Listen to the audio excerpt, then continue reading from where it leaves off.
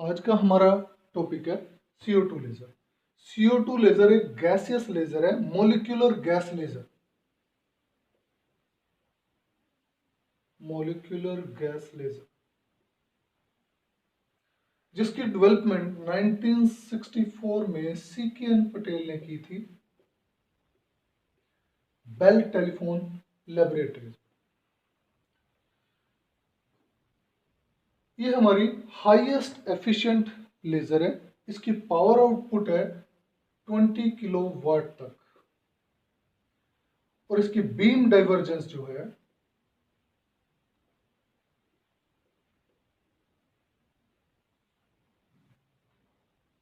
1 to 10 milli radiance है।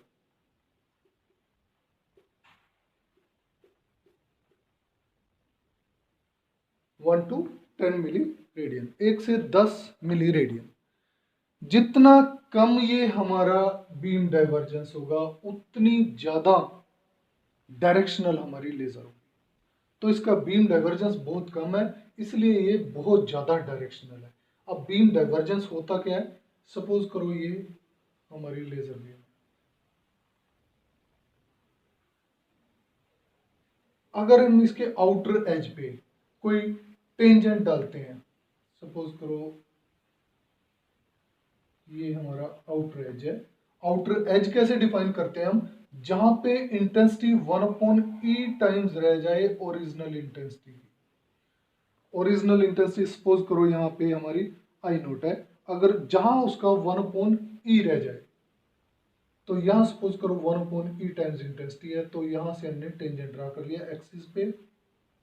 ये axis है, ये एंगल थीटा है। ये थीटा जो है हमारा हाफ एंगल बीम डाइवर्जेंस है। 2 थीटा जो होगा वो फुल एंगल बीम डाइवर्जेंस होता है। ठीक है, तो जितनी कम डाइवर्जेंस है, जितना कम स्प्रेड है, उतनी दूर तक ये लेजर जाएगी, उतनी ज्यादा लेजर डायरेक्शनल होगी। अब इसका प्रिंसिपल लेते हैं हम।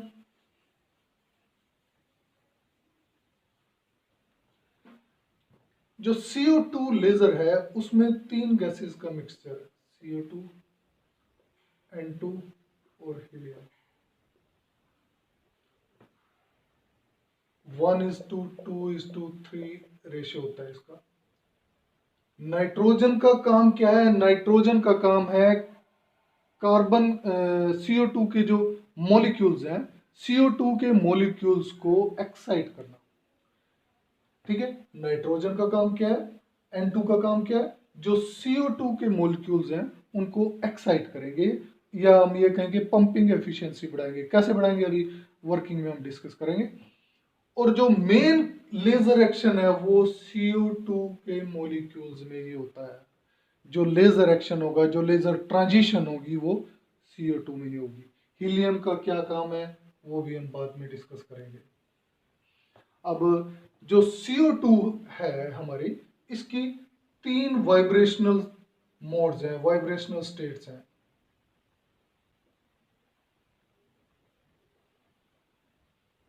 मोड्स यानी जब N2 के मॉलिक्यूल CO2 के साथ कोलाइड करेंगे तो एक्साइट होंगे CO2, 3 वाइब्रेशनल मोड में जा सकते हैं। अब वो 3 वाइब्रेशनल मोड कौन कौन से हैं हमारे, फर्स्ट है symmetric mode, symmetric mode. Second हो गया asymmetric mode,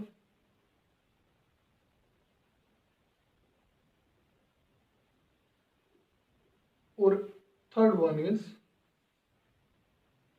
bending mode.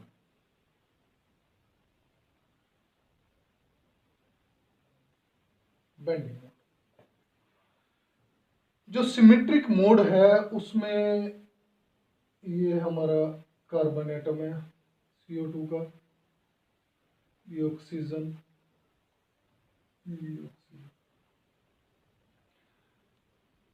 Carbon atom जो होगा वो रेस्ट पे होगा, फिक्स पोजीशन होगी इसकी। और जो CO2 सॉरी जो O है, दोनों O वो वाइब्रेट करेंगे हमारे टू एंड फ्रो मोशन, ठीक है, along the axis of this molecule. ये एक्सिस है तो इसके अलोंग ये वाइब्रेट करेंगे, ठीक है। सपोज करो पहले ये इस तरफ मोशन दिखाता हूं मैं वाइब्रेशन का, ये वाइब्रेशन है इस तरफ, ठीक है। तो ये टू एंड फ्रो मोशन, इस तरफ आएंगे फिर इस तरफ, तो ऐसे ये वाइब्रेट करेंगे along the axis of molecule.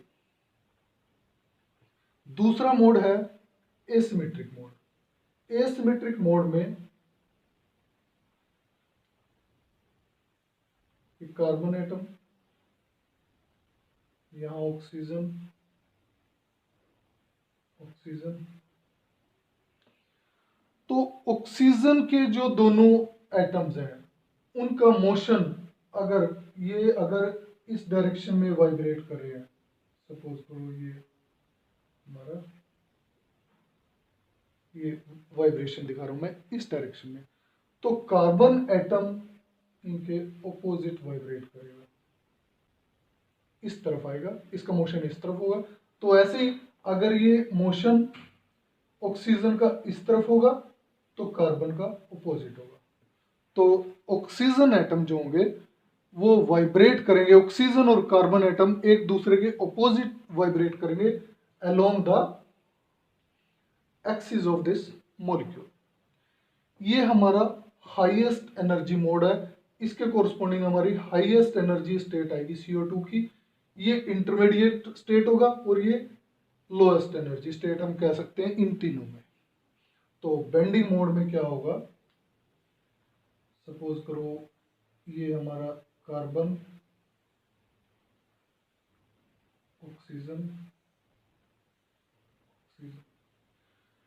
अगर carbon atom upper side motion है इसका, तो इन दोनों का मोशन डाउनवर्ड होगा,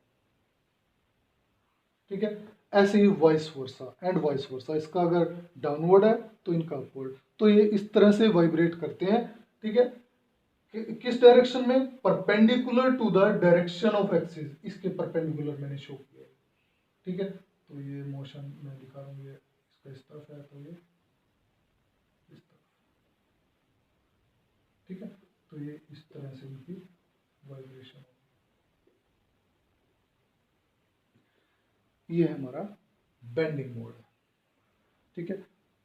एसिमेट्रिक मोड की एनर्जी सबसे ज्यादा होगी, इसकी इंटरमीडिएट और इसकी सबसे कम है। तो ये तीन ट्रांजिशन स्टेट्स हैं, ठीक है। इन स्टेट्स में ट्रांजिशन होगी और इन स्टेट में ट्रांजिशंस की वजह से हमारा लेजर आएगा। तो लेजर एक्शन बेसिकली इनमें होगा, इन स्टेट्स में, ओके। तो ये हमारा प्रिंसिपल था इस CO2 लेजर का। इसके बाद आते हैं कंस्ट्रक्शन पे।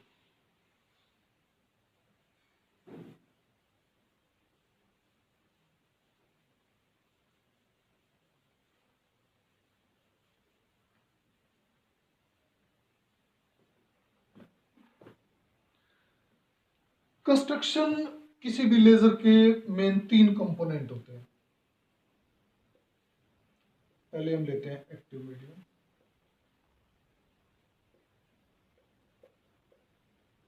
दूसरा हम लेते हैं पंप, पंपिंग जिसको बोलते हैं, तीसरा हो गया ऑप्टिकल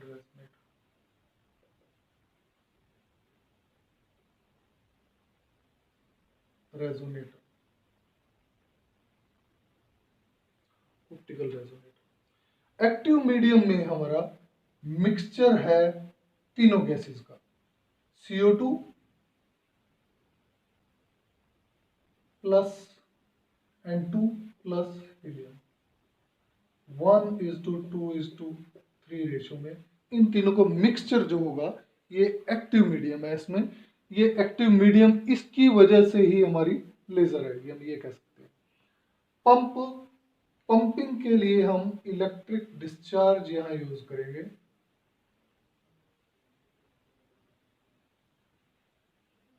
DC पावर सप्लाई होगी फ्यू किलोवोल्ट्स की, ठीक है। यहां से इलेक्ट्रॉन्स निकलेंगे, एनर्जेटिक इलेक्ट्रॉन्स, और वो आगे जो ट्यूब में इस गैस में डिस्चार्ज प्रोड्यूस करेंगे। तो इलेक्ट्रिक डिस्चार्ज हो गया ये हमारा पंपिंग के लिए। ठीक है, या हम ये कहें कि इलेक्ट्रिक डिस्चार्ज से जो इलेक्ट्रॉन होंगे वो जो इसमें एटम्स हैं, मॉलिक्यूल्स हैं, उनको एक्साइट करेंगे। ओके, वो कैसे करेंगे अभी मैं आपको बताता हूँ। ऑप्टिकल रेजोनेटर, ऑप्टिकल रेजोनेटर जो होंगे दो मिरर, कनकेव मिरर होंगे। ठीक है, उनके बीच में हम ये एक्टिव मीडियम वगैरह रखेंगे तो वो सारा जो है ऑप्टिकल रेजोनेटर कैविटी की तरह काम करता है। अब मैं इसका डायग्राम आपको बताता हूँ। ये कनकेव मिरर है एक, दूसरा कनकेव मिरर हो गया ये। कनकेव मिरर क्यों लेते हैं? ताकि जो फोटोन आएंगे, फोटोन इनके बीच में ओसिलेट करेंगे वह, तो वो उनकी डायफ्रैक्शन ना हो, उनका कहीं लॉस ना हो, इसलिए हम इसको कनकेव मिरर लेते हैं। ये कनकेव मिरर है, ये है हमारा परफेक्टली रिफ्लेक्टिंग, 100% रिफ्लेक्टिंग परफेक्टली। और ये मिरर हमारा 90% रिफ्लेक्टिंग है। 90% रिफ्लेक्टिंग का हम इसलिए लेते हैं ताकि जो लेज़र जब आउटपुट लें तो हम यहाँ से ऑब्टेन कर सकें, वो यहाँ से ट्रांसमिट हो पाए।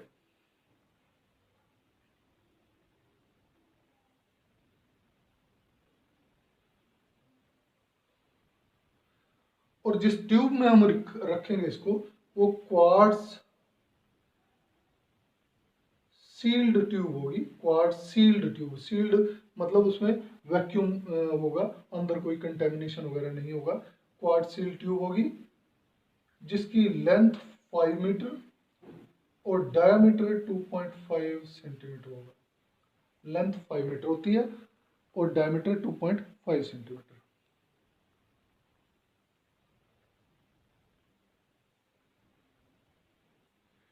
ये जो दो दिखाए हैं मैंने आपको, ये ब्रूस्टर विंडो है।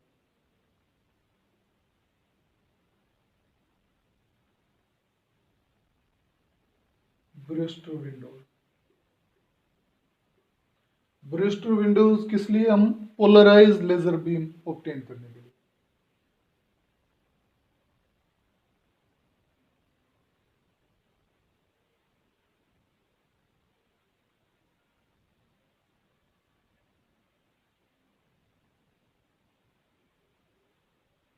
ये गैस इनलेट के लिए हमारे यहाँ से CO2, यहाँ से N2 और यहाँ से सॉरी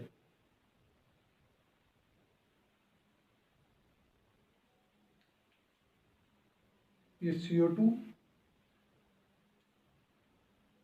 यहाँ से N2 और यहाँ से हीलियम, तीनों गैसेस अलग अलग प्रेशर पे, सुटेबल प्रेशर पे हम इसमें इंसर्ट कर देते हैं।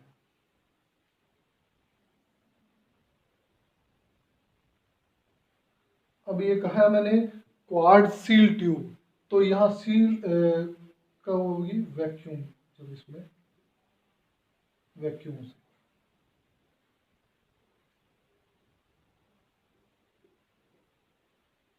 ठीक है, ताकि इसमें कंटेमिनेशन ना हो किसी और पार्टिकल का।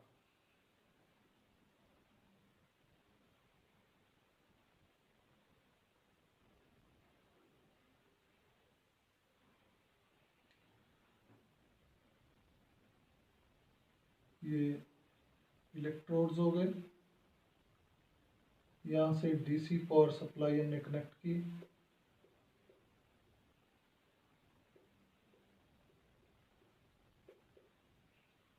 ठीक है। इसमें हमने ये CO2 plus N2 plus helium 1:2:3 ratio मैं आपको बता चुका हूँ, ये लिया था। तो ये हमारा इसका डायग्राम है, ठीक है। ये ऑप्टिकल रेजोनेटर्स हो गए, इसके बीच में रखा तो ये रेजोनेटर कैविटी भी बोल देते हैं हम इसको, ऑप्टिकल रेजोनेटर कैविटी। तो ये तीन कंपोनेंट हमने बताया, या बता के कंस्ट्रक्शन क्या है इसकी, लेजर की, CO2 लेजर की। अब आते हैं वर्किंग पे।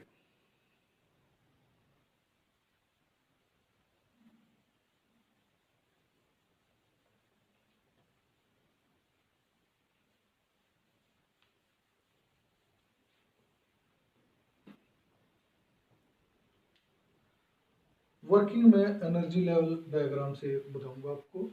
सपोज करो ये N2 की ग्राउंड स्टेट है, इसको मैं F1 से डिनोट करता हूँ।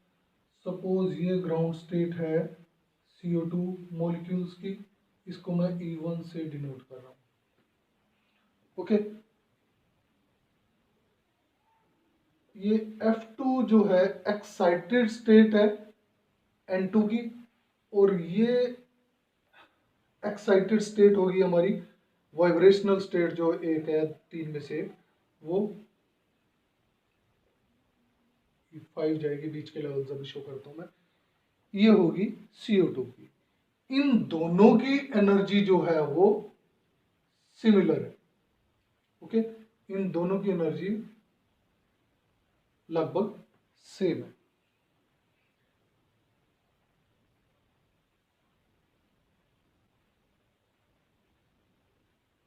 ये E4 हो गया, E3, E2,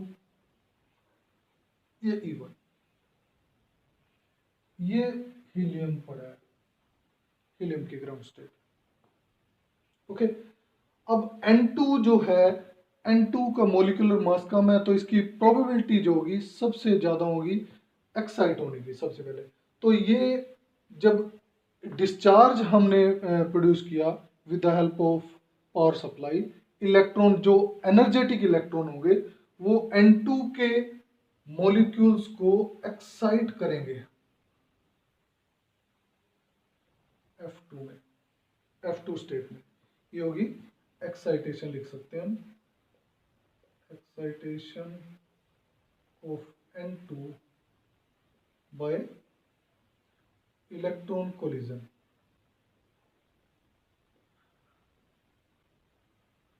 ठीक है, ये इलेक्ट्रॉन स्टार मैंने यहाँ पे शो किया है। इलेक्ट्रॉन स्टार का मतलब है ये एनर्जेटिक इलेक्ट्रॉन है।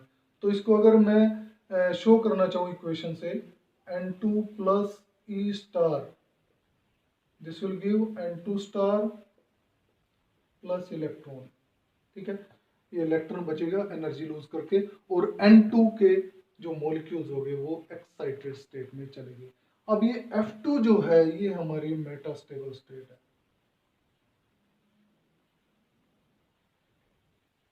मेटास्टेबल स्टेट, मेटास्टेबल स्टेट वो होती है जिसकी जो लाइफ टाइम होता है 10⁻³ से -4 सेकंड्स के बीच में होता है।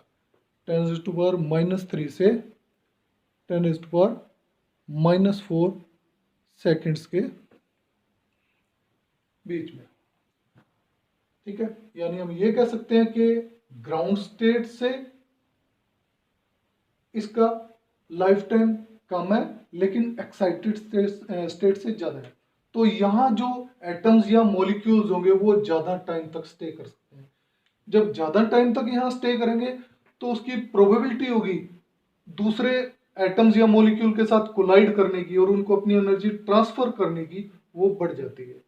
तो अब ये क्या करेंगे, जो यहाँ जो एटम्स या मॉलिक्यूल जो N2 के मॉलिक्यूल पड़े हैं वो कोलाइड करेंगे CO2 के मॉलिक्यूल्स के साथ जो ग्राउंड स्टेट में। ठीक है, जब ये CO2 के मॉलिक्यूल्स के साथ कोलाइड करेंगे ग्राउंड स्टेट में जो पड़े हैं उनके साथ, तो क्या होगा, इनको एक्साइट कर देंगे E5 में। कैसे, ये यहां से एनर्जी ट्रांसफर हुआ इसका। ठीक है, energy transfer,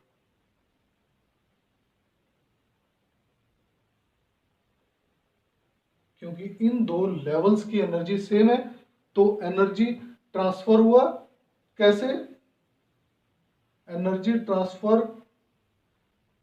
to CO2 molecules by N2, energy transfer to CO2। ठीक है, CO2 कौन से, जो ग्राउंड स्टेट में पड़े हैं, बाय N2 स्टार हम कह सकते हैं यहाँ पे। ठीक है, N2 स्टार में जो एक्साइटेड स्टेट में हमारे N2 पड़े हैं। अब इन्होंने एनर्जी जब यहाँ CO2 को दे दी, CO2 एक्साइट हो गए, ऊपर चले गए। ये हमारा, मैंने बताया था हाईएस्ट एनर्जी स्टेट कौन सा था, एसिमेट्रिक मोड। एसिमेट्रिक मोड, जब इस स्टेट में चले गए ये, ठीक है, एक्साइट हो गए, सारी की सारी एनर्जी N2 ने CO को दे दी, तो N2 जो है वो अपनी एनर्जी लूज कर गए, इसका मतलब वो ग्राउंड स्टेट में आ गया। ठीक है, ये हो गया D excitation, D excitation of N2। ठीक है, क्यों? क्योंकि उन्होंने अपनी एनर्जी जो है वो CO2 के मॉलिक्यूल्स को दे दी थी और CO2 के मॉलिक्यूल एक्साइट होके E5 स्टेट में चले गए। अब E5 स्टेट में जब CO2 के मॉलिक्यूल्स आ गए तो इन स्टेट्स के कंपैरिजन में यहाँ नंबर ऑफ मॉलिक्यूल्स ज्यादा है। नंबर ऑफ मॉलिक्यूल्स इस स्टेट में ज्यादा होने की वजह से हमारे पास पॉपुलेशन इन्वर्जन की कंडीशन सेटिस्फाई हो जाती है, पॉपुलेशन इन्वर्जन की कंडीशन सेटिस्फाई हो जाती है। तो अब जो ये E5 से ट्रांजिशन होगी, जो दूसरे एटम के साथ कोलाइड करेंगे, ठीक है, तो E5 से एक ट्रांजिशन तो E4 में होगी, ठीक है, और एक ट्रांजिशन यहाँ होगी E5 से E3 में। ये E4 हमारी सिमेट्रिक मोड है, सिमेट्रिक मोड, ठीक है, और ये आ जाता है हमारा बेंडिंग मोड।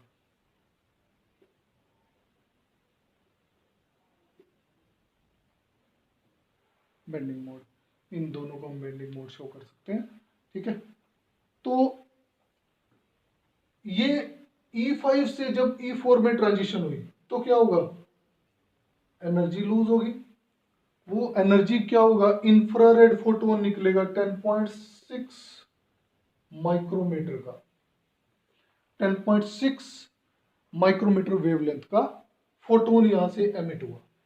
ठीक है, अब ये फोटोन जो होगा, ये फोटोन जो यहाँ और मॉलिक्यूल्स पड़े हैं CO2 के, उनको उनके साथ कोलाइड करेगा। ठीक है, उनके साथ कोलाइड करेगा और उनको कंपेल करेगा E4 में आने के लिए। ये स्टिमुलेटेड एमिशन होगा हमारा। स्टिमुलेटेड एमिशन होता है ना कि जब ये फोटोन इनके साथ कोलाइड करेगा तो ये अपनी एनर्जी लूज करके यहाँ स्टेट में आएंगे और एक और फोटोन निकलेगा। अब ये जो फोटोन दूसरा निकला और जो इंसिडेंट फोटोन थे, ये दोनों सेम फेज में होंगे। सेम फेज में होने की वजह से जो रिजल्टेंट एम्पलीट्यूड होगा वो बढ़ेगा। रिजल्टेंट एम्पलीट्यूड बढ़ेगा तो इंटेंसिटी बढ़ेगी, या हम ये कहेंगे कि एम्पलीफिकेशन हो जाएगी इसकी। ठीक है, तो ये स्टिमुलेटेड एमिशन से एम्पलीफिकेशन होगी, light amplification by stimulated emission of radiation. तो ऐसे यहां पे जब ये यहां से E5 से E3 में आएगा तो 9.6 माइक्रोमीटर वेवलेंथ का फोटोन एमिट होगा। अगेन ये फोटोन दोबारा CO2 के मॉलिक्यूल के साथ कोलाइड करेगा तो एक और फोटोन निकलेगा, वो भी सेम फेज में होगा। सेम फेज में होगा तो फिर एम्पलीफिकेशन होगी। तो यहाँ पे हमारे दो फोटोन निकल रहे हैं, 10.6 और 9.6 माइक्रोमीटर के। ये ज्यादा डोमिनेटिंग होता है यहाँ पे। ओके, ये हमारा इन 3 लेवल में लेजर एक्शन होता है। मेनली लेजर यहां से निकलती है, ये लेजर निकली। ओके, अब जो इन दो स्टेट्स में ये मॉलिक्यूल्स आ गए CO2 के, वो क्या करेंगे? जो CO2 के दूसरे ग्राउंड स्टेट में पड़े हैं उनके साथ कोलाइड करेंगे और उनके साथ कोलाइड करने की वजह से वो E2 स्टेट में आ जाते हैं। ओके, ये डी एक्साइटेशन हुए by collision of these molecules with CO2 in ground state. जो CO2 के ग्राउंड स्टेट में पड़े हैं उनके साथ जब कोलिजन होगा तो यहां से ये नीचे आएंगे और यहां से इस स्टेट में आ जाते हैं। अब इस स्टेट में सारे मॉलिक्यूल्स, अब ये जो ऊपर थे जितने, वो इकट्ठे हो गए बहुत जल्दी। अब इनके इकट्ठे होने की वजह से जब ज्यादा यहां आ गए तो हुआ क्या? ऊपर कम रह गए। नंबर ऑफ फोटॉन्स हमारे एक्साइटेड स्टेट्स में कम रह गए। Number of molecules excited state में कम रह गए, फोटॉन्स नहीं, नंबर ऑफ मॉलिक्यूल्स। जब एक्साइटेड स्टेट में नंबर ऑफ मॉलिक्यूल्स कम है as compare to lower state, तो पॉपुलेशन इन्वर्जन की कंडीशन रुक जाती है। मींस एटम मॉलिक्यूल यहां इकट्ठे हो गए, CO2 के मॉलिक्यूल यहां ज्यादा इकट्ठे हो गए, तो लेजर एक्शन कब होगा? फिर रुक जाएगा। ठीक है, इसको क्वेंचिंग बोलते हैं, इस कंडीशन को बोलते हैं क्वेंचिंग। क्वेंचिंग,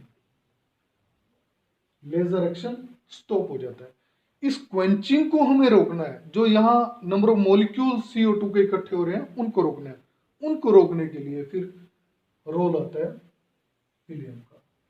अब हीलियम के जो ये एटम्स पड़े हैं, ठीक है, हीलियम, ये जब कोलाइड करेंगे CO2 के मॉलिक्यूल के साथ जो E2 स्टेट में है, या ये कहीं हम जो CO2 के मॉलिक्यूल्स E2 स्टेट में है, जब वो हीलियम के साथ कोलाइड करेंगे, जो ग्राउंड स्टेट है हीलियम की, ठीक है, अपनी एनर्जी उनको ट्रांसफर करेंगे हीलियम को और डी एक्साइट हो जाएगा। ये हो गया D excitation of CO2 by collision with helium। ये नीचे आ गया, ग्राउंड स्टेट में आ गया, तो जो क्वेंचिंग की कंडीशन थी वो रुक जाती है। फिर से क्या होगा, फिर से वही प्रोसेस शुरू हो रहा है। ये लगातार प्रोसेस चलता रहता है कि इलेक्ट्रॉन्स आए, इलेक्ट्रॉन्स ने N2 को एक्साइट किया, N2 के एक्साइटेड स्टेट ने अपनी एनर्जी जो है CO2 को दी, CO2 फिर एक्साइटेड स्टेट में चला गया, पॉपुलेशन इन्वर्जन की कंडीशन सेटिस्फाई, उसके बाद थर्मली उसके बाद स्टिमुलेटेड एमिशन हुआ, स्टिमुलेटेड एमिशन के बाद फिर जो है ये डी एक्साइटेशन हो रही है, जैसे जैसे मैंने आपको बताया। ओके, तो ये सारा हमारा CO2 लेजर की वर्किंग है जो मैंने एनर्जी डायग्राम से आपको बताई है। हीलियम का एक और रोल है यहाँ पे, हीलियम की थर्मल कंडक्टिविटी बहुत ज़्यादा होती है। थर्मल कंडक्टिविटी ज़्यादा होने की वजह से जो कुछ इसमें हीट, अगर ट्यूब में जो क्वार्ट्ज ट्यूब है उसमें अगर कुछ हीट प्रोड्यूस हो रही है तो उस हीट को ये एब्जॉर्ब कर लेता है। उस हीट को एब्जॉर्ब करने की वजह से जो उसमें कुछ दिक्कत आने वाली थी या कुछ और प्रॉब्लम हो सकती थी तो वो रुक जाती है, हीटिंग इफेक्ट कम हो जाता है, हम ये कहें कि कूलिंग हो जाती है इसकी वजह से। ठीक है, तो ये हमारा CO2 लेज़र था, प्रिंसिपल, कंस्ट्रक्शन और working. Thank you very much.